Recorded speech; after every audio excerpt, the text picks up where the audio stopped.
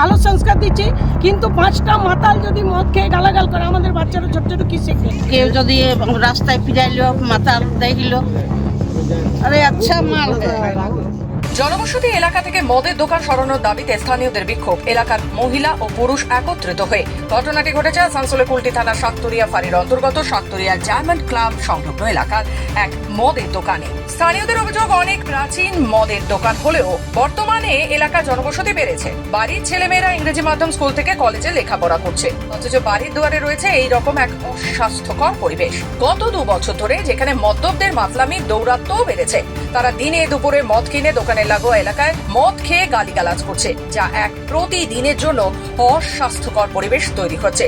তাই এই পরিস্থিতিতে তারা বিক্ষোভরত অবস্থায় দাবি করেছেন অবিলম্বে এই স্থান থেকে ওই মদের দোকান অন্যত্র সরিয়ে ফেলতে হবে। ঘটনাস্থলে শাকতরিয়া ফাঁড়ির পুলিশ, যদিও পুলিশের আশ্বাসে বিক্ষোভ উঠে যায়। মদ দোকানটা বন্ধ করতে হবে। আমাদের এইটা একটা ভীষণ প্রবলেম। দুনিয়ার এখানে মদ খাচ্ছে, আমাদের ছেলে মেয়েদের রবিবারে আমরা ইংলিশ মিডিয়ামে বাচ্চাদিকে পড়াচ্ছি, ভালো সংস্কার দিচ্ছি, কিন্তু পাঁচটা মাতাল যদি মদ খেয়ে গালাগাল করে আমাদের বাচ্চারা ছোট ছোট কি শিখবে? গালটা শিখবে। আমাদের ইংলিশ মিডিয়ামে পড়াবার কোনো দরকার নেই, তাহলে মদ দোকানে মাঠে নিয়ে এসে ছেড়ে দেবো বাচ্চাদিকে, গাল শিখবে, বাড়িতে গিয়ে মা বোনকে গাল দেবে, এটাই তো হবে। এর আগে মদ দোকান বহু পুরনো মদ দোকান এটা, কিন্তু কোনোদিন এরকম হয়নি। আজ 2 বছর ধরে অতিরিক্ত অত্যাচার হচ্ছে। এসেছি বাবা মদ দোকান বন্ধ করবার জন্য।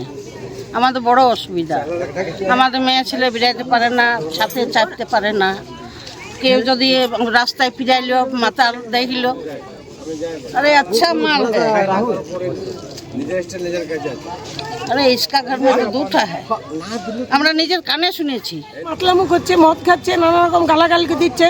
আমাদের এখানে ছোট ছোট বাচ্চা, আমাদের জায়গা নেই, আমাদের এখানে বাচ্চারা খেলে, কিন্তু আমাদের বাচ্চার খেলা বন্ধ হয়ে গেছে। কেন হয়ে গেছে? অত গাড়ি, কোন গাড়ি মাতলামুখ করে মেরে দিয়ে চলে যাবে, কে ভুগবে?